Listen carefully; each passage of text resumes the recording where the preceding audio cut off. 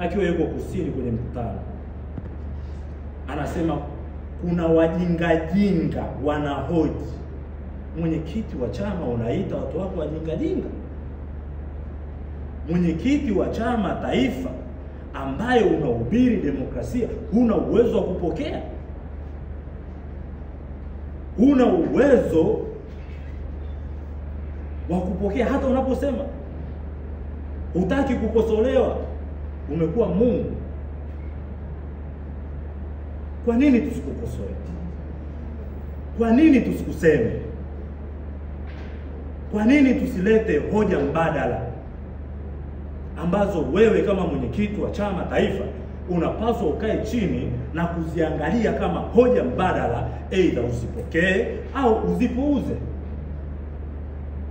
Lakini sio kuita wanachama wako, tena wengine ni viongozi wakubwa wa chama, kuwaita wajinga.